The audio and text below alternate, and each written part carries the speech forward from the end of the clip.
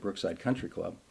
But he had been a semi-pro baseball player, so I grew up playing baseball, and that was my sport that I loved. So when I was, 9, 10, 11, I played a little bit of golf. My dad introduced me to it. We used to go up to New Hampshire, and I played with him up there. But then when I was about 12, I guess I was in 8th grade, I started playing more and more. And Steve Grady, who was the pro at Brookside Country Club, started working with me. And I started Hill in the 1959-1960 period. And I went out for baseball in the spring. And I also wrestled in the winter. And the wrestling coach told me, or the baseball coach told me, that I'm going to have to give up wrestling or baseball. And I had this love of the game and of golf, and I went home to my mother and said, I'm going to quit baseball. And I didn't tell my dad, so nor did I tell the headmaster. And so my dad goes out to practice about a few days later, and I had gone out for the golf team, and he didn't see me. And my dad was a great guy, and he encouraged me in everything I did, but he didn't talk to me for 2 weeks. So I stayed with the golf, but that spring I made the varsity golf team, and I won the school championship as a freshman. And I won it all 4 years, actually, and still today the only student at Hill that's won the golf championship all 4 years. That I had 8 birdies in the round and in qualifying, and actually I had 7, but on the 18th hole at Manufacturers, I teed off and hit a bird that was about 100 yards off the tee and killed it. So I killed a bird, and it knocked my ball. I bogeyed the last hole, and I did have 7 birdies, and I killed a bird. So I had eight birdies. Okay. Gotcha. That was a national 2-ball tournament. So people, they had what they called young masters. So college players came in from all over the country. That was sort of on the college tour stop. And I played as a 17-year-old high school, because I had won the junior up there, and was paired with Larry Grelli, who was from, I think he went to Arizona, but he was from Illinois. He played for Arizona, and we won that actually 2 years in a row.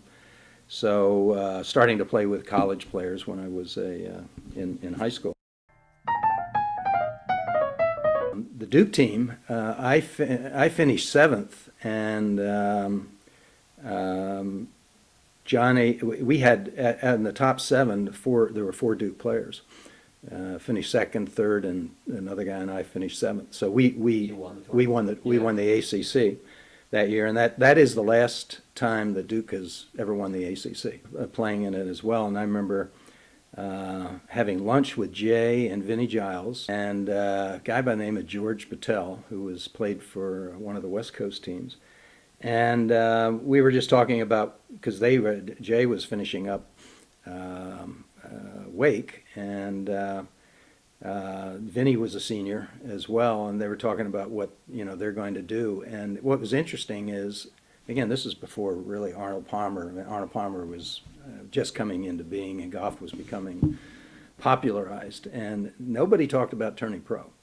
And then Jay, of course, hurt his hand in his senior year at Wake, but Vinnie went on to law school, George Boutel. So golf as a career still wasn't. That's kind of funny But the conversation at the table was, what are you going to do afterwards? Go to law school or whatever. So, and again, I was a junior at the time, so it was interesting for me because it never entered my mind that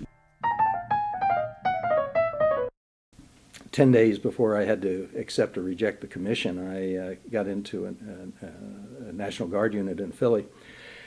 And so I also needed to get a job, so I went to work for Continental Bank. But I also had to do my 4 or 5 months training for basic training in AIT, which was at Fort Ord, California, which was a Monterey Peninsula. And we were quarantined the first 2.5 months because of spinal meningitis. was looking at names in the field. Bob Ross, who was just one of my true, excuse me, mentors here in Philadelphia. He was the pro at the Philadelphia Cricket.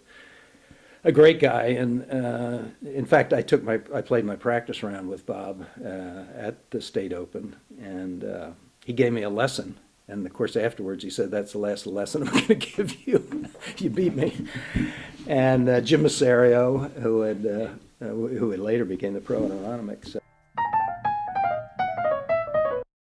I had qualified, but when I was playing, there was a par 3 that had a green that was surrounded by a sand trap, a contiguous sand trap. And I hit it was in my second round, I hit the ball in the right sand trap, and my caddy raked the sand over on the complete other side of the green. But in those days, you could, if it was a contiguous trap, you couldn't rake or touch it. So I called myself for a 2-stroke penalty. I made par, but then made 5 and finished the round and asked for a ruling just to be sure. And sure enough, they've changed the rule now, but I made 5 in the hole, and that put me into a tie for the last spot. There were 4 of us for one last spot, and